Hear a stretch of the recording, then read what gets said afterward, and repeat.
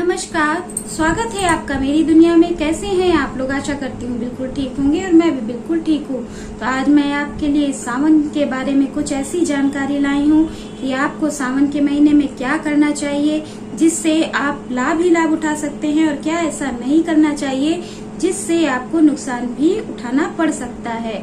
तो बने रहिएगा मेरे वीडियो के लास्ट तक। और अगर अभी तक आपने मेरे चैनल को सब्सक्राइब नहीं किया है तो नीचे दिए गए सब्सक्राइब बटन में क्लिक कर दीजिए, बेल आइकन को दबा दीजिए और ऑल में क्लिक कर दीजिए, जिससे आपको मेरे वीडियो के सारे नोटिफिकेशन मिलते रहें। तो चलिए शुरू करते हैं अपना वीडियो। श्रावण मास से आप किसी भी व्रत को उठा सकते हैं, वो चाहे भगवान शिव से रिलेटेड हो या कृष्ण भगवान से रिलेटेड हो या नारायण भगवान से रिलेटेड हो या गणपति बप्पा से रिलेटेड हो या माँ से रिलेटेड हो। आप किसी भी तरह का व्रत श्रावण मास से उठा सकते हैं। आपको भगवान शिव की विशेष कृपा प्राप्त होती है। आप श्रावण मास से कोई भी अनुष्ठान प्रारंभ कर सकते हैं। आप किसी भी अनुष्ठान का प्रारंभ कर सकते हैं, इसमें कोई निषेध नहीं है। ये आपके पूजा पाठ में आ जाता है, तो आप कोई भी अनुष्ठान प्रारंभ कर सकते हैं। और श्रावण मास से आप 1.25 लाख मंत्रों का जप भी शुरू कर सकते हैं। आप श्रावण मास से 1.25 लाख मंत्र किसी भी भगवान शिव के किसी भी मंत्र का जप शुरू कर सकते हैं, चाहे वो ओम नमः शिवाय हो या ओम त्र्यंबकम यजामहे हो। आप किसी भी मंत्र का जप प्रारंभ कर सकते हैं। जप प्रारंभ करने से पहले आपको संकल्प अवश्य ले लेना है, भगवान शिव का आशीर्वाद अवश्य ले लेना है। तो आप सबसे पहले संकल्प ले लें, इसके बाद अपने मंत्रों को प्रारंभ करें। और आपको वो 1.25 लाख मंत्र आप कितने भी टाइम पे कंप्लीट कर सकते हैं, चाहे वो आप 1 साल में करें, 2 साल में करें, 5 साल में करें। आपको केवल उसको कंप्लीट करना है। आपके पास जैसा समय हो उस हिसाब से आपको कंप्लीट करना है, लेकिन आपको एक ही समय पर उस जाप को करना है, चाहे वो आप सुबह कर रहे हैं या शाम को कर रहे हैं। तो आपको एक समय निर्धारित कर लेना है, उसी टाइम पे आपको उस जप को करना है। कहा जाता है जो 24 घंटे की साइकिल होती है, उस 24 घंटे में आपने कोई चीज किसी टाइम पर स्टार्ट करी और वो 24 घंटे होकर जब वो टाइम आता है तो कहते हैं जो उसकी ऊर्जा होती है वो उतने में ही घूमती है। तो इसीलिए कहा जाता है कि कोई भी काम आप समय पर करेंगे तो आपको उसका विशेष लाभ होता है। और अगर टाइम पे नहीं करेंगे कि 24 घंटे से आपके 28 घंटे हो जा रहे हैं, तो फिर वो ऊर्जा धीरे धीरे खत्म हो जाती है, उसका जो साइकिल होती है वो टूट जाती है। तो यही कारण होता है कोई भी कार्य समय से करने के लिए बोला जाता है। तो आप उसको एक टाइम पे स्टार्ट कीजिए, जो टाइम आप कर रहे हैं जब उसी टाइम पे आपको जप प्रारंभ करना है और उसी टाइम पे आपको डेली ही जप करना है, चाहे आप 5 साल तक करें या आप 2 साल तक करें। तो इस तरीके से आप अगर जप करेंगे, 1.25 लाख मंत्रों को कंप्लीट करेंगे, तो आपको भगवान शिव की विशेष कृपा प्राप्त होगी और आपका जप अवश्य ही पूर्ण होगा। आपका जप सिद्ध हो जाएगा, आपका जो मंत्र है वो सिद्ध हो जाएगा। श्रावण मास में कावड़ चढ़ाने का बहुत अधिक महत्व होता है। बहुत से ऐसे भक्त हैं जो कावड़ चढ़ाने जाते हैं, और आप भी चाहें तो कावड़ चढ़ाने जा सकते हैं।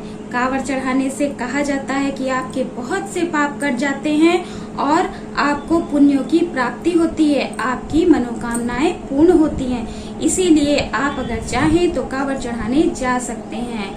आपको श्रावण मास से शिवलिंग को जरूर स्थापित करना है। यदि आपके घर में शिवलिंग नहीं है तो आप शिवलिंग को स्थापित कर सकते हैं, यदि आप स्थापित करना चाहते हैं तो। यदि आप उनकी पूजा आराधना अच्छे से कर सकते हैं तो आप शिवलिंग को स्थापित कर सकते हैं। आप शिवलिंग पारद का स्थापित कर सकते हैं, स्फटिक का स्थापित कर सकते हैं, आप नर्मदेश्वर का शिवलिंग स्थापित कर सकते हैं। हो सके तो आप नर्मदेश्वर का ही शिवलिंग स्थापित करिए, क्योंकि आजकल स्फटिक के और पारद के नकली शिवलिंग भी मिलते हैं जो जल्दी जानकारी में नहीं आते हैं, पहचान में नहीं आते हैं। आप अगर अच्छे से उनको पहचान सकते हैं तो आप शिवलिंग पारद का और स्फटिक का ले सकते हैं, क्योंकि आजकल बाजारों में स्फटिक के नाम पे कांच दे दिया जाता है जो हम नहीं पहचान पाते हैं, और पारद के नाम पे पता नहीं क्या क्या उसमें चीजें मिलाकर दे दी जाती हैं जो कि हम पहचान नहीं पाते हैं और उसका हमें उल्टा रिएक्शन होने लगता है, लाभ की जगह हमें हानियां होने लगती हैं। तो इसीलिए अगर आप पारद के और स्फटिक के शिवलिंग ले रहे हैं तो अच्छे से उसकी जांच पड़ताल कर लें, और नहीं तो आप नर्मदेश्वर शिवलिंग अपने घर पे रखें। बहुत ही अच्छा होता है, बहुत ही फलदायक होता है। या फिर आप अपने पंडित जी से पूछकर शिवलिंग ला सकते हैं। वे आपकी कुंडली को देखकर बता देंगे कि आपको किन धातु के या किस पत्थर का शिवलिंग स्थापित करना है जो आपको लाभदायक होगा, आपके राशि में फिट बैठ रहा होगा। तो इस तरीके से आप अपने पंडित जी से पूछकर शिवलिंग अपने घर पे स्थापित कर सकते हैं। शिवलिंग आपको केवल 1 अंगूठे के बराबर ही स्थापित करना है। इससे बड़ा शिवलिंग घर में स्थापित नहीं किया जाता है, ये शास्त्रों में वर्जित है। तो आप अपने अंगूठे के बराबर के ही शिवलिंग घर पर स्थापित कीजिए। आप श्रावण मास में रुद्राक्ष धारण कर सकते हैं। यदि आप बीमार रहते हैं, शारीरिक अवस्थाएं आपकी ठीक नहीं रहती हैं, तो आप रुद्राक्ष श्रावण मास में धारण कर सकते हैं। आप अच्छे से देखकर रुद्राक्ष असली है या नकली है, क्योंकि आजकल नकली चीजें बहुत बाजार में आ रही हैं। तो आप असली रुद्राक्ष को लेकर आए और आप उस रुद्राक्ष को अपने गले में धारण कर सकते हैं। कहते हैं कि रुद्राक्ष धारण करने से काफी सारी बीमारियां कट जाती हैं, आपके स्वास्थ्य अच्छा होने लगता है। तो इसीलिए रुद्राक्ष धारण करने के लिए कहा जाता है। आप 1 मुखी रुद्राक्ष ले सकते हैं, आप पंचमुखी रुद्राक्ष ले सकते हैं, आप गौरी शंकर रुद्राक्ष भी ले सकते हैं। अगर अभी तक आपने कोई गुरु नहीं बनाए हैं तो आप भगवान शिव को श्रावण मास में गुरु बना सकते हैं, और आप चाहें तो गुरु पूर्णिमा वाले दिन भगवान शिव को गुरु बना सकते हैं। बहुत ही शुभ दिन होता है उस दिन गुरु बनाने के लिए। तो आप भगवान शिव को गुरु बना सकते हैं और आप किसी भी कार्य को प्रारंभ करने से पहले उनका आशीर्वाद ले सकते हैं। अगर आप गाय का दान करते हैं श्रावण मास में तो ऐसा माना जाता है कि आपको हजारों गुना यज्ञ करने का फल प्राप्त होता है। आप जब भी दान करें अपने हाथों में कुशा, जल और काली तिल को अवश्य रखें। आप इस तरीके से अगर दान करते हैं तो दान का फल अधिक से अधिक लाभदायक होता है, अधिक से अधिक मिलता है। कहा जाता है श्रावण मास में भगवान शिव के शिवालय में जाकर शिवलिंग में त्रिपुंड गाड़ने से आपकी सभी मनोकामनाएं पूर्ण होती हैं। तो आप जाकर भगवान शिव के शिवलिंग में 7 बार, 21 बार, 51 बार त्रिपुंड को अवश्य काढ़िए और अपनी मनोकामना कहिए। आपकी मनोकामना अवश्य पूरी होगी, लेकिन पूरे श्रावण मास आपको ऐसा करना होगा। कि आप श्रावण के महीने में या कभी भी दान करते हैं तो जो भी दान आप दें जरूरतमंद को दें। आप जरूरतमंद को दान देंगे तो उसका अर्थ है जिसको जरूरत नहीं है ऐसे लोगों को दान देने का कोई अर्थ नहीं होता है। तो आप जब भी दान दें जरूरतमंद को दान दें। कहा जाता है कि आप पूजा, हवन, यज्ञ ये सब करते हैं तो इसके बाद आपको दान देना आवश्यक होता है, तभी आपको उसका पूर्णतया फल प्राप्त होता है। यदि आप दान नहीं देते हैं, आप पूजा, हवन, यज्ञ सब कुछ करते हैं, व्रत रहते हैं और आप दान नहीं देते हैं तो आपको उसका अधूरा फल ही प्राप्त होता है। आप जब भी दान देते हैं तो वो गुप्त रूप से होना चाहिए। यदि आपने अपने दान का व्याख्यान कर दिया तो उस दान का महत्व कम हो जाता है, आपको उसका आधा ही फल मिलता है। और अगर आप गुप्त रूप से दान करते हैं तो आपको उस दान का पूरा फल प्राप्त होता है। दान ऐसे ही व्यक्ति को देना चाहिए जिसको जिस चीज की आवश्यकता है। जैसे किसी को भोजन की आवश्यकता है तो आप उसको भोजन का ही दान करें। यदि किसी को चप्पल जूते की आवश्यकता है तो आप उसको चप्पल जूता ही दें। यदि किसी को छाते की आवश्यकता है तो आप उसको छाता दें। मतलब कि जिसको जिस चीज की आवश्यकता है आपको वही चीज उसको दान करनी चाहिए, तभी आपका दान सफल रूप से होता है, वरना उस दान का कोई महत्व नहीं होता है। यदि कोई भूखा है और आप उसको कपड़े, जूते, चप्पल दे रहे हैं तो वो उनका क्या करेगा, उसको तो उस टाइम पे अन्न चाहिए, भोजन चाहिए, तो वो दान आपका कोई अर्थ नहीं होता है, वो आपका दान निरर्थक ही माना जाता है।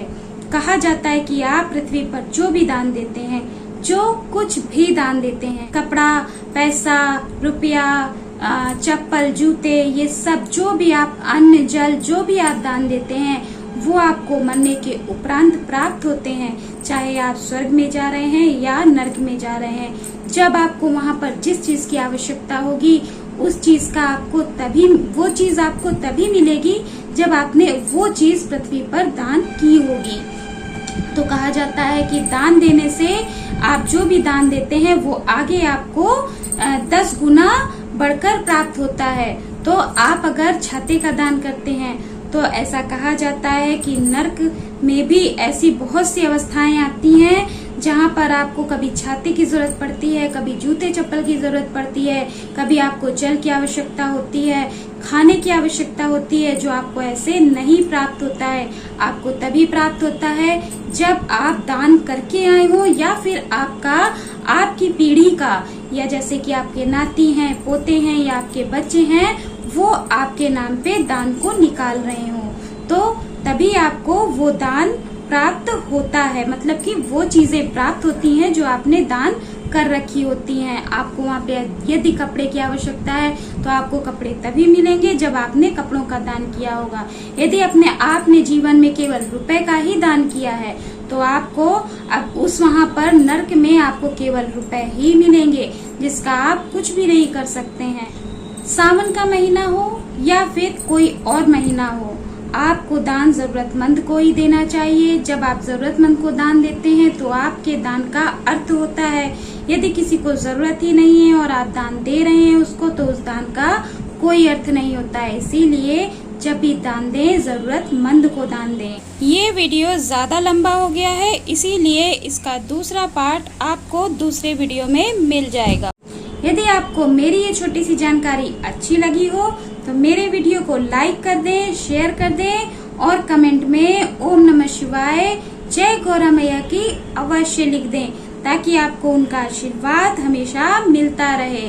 और चलिए, खुश रहिए, मस्त रहिए, मुस्कुराते रहिए। राधे राधे, हरे कृष्णा।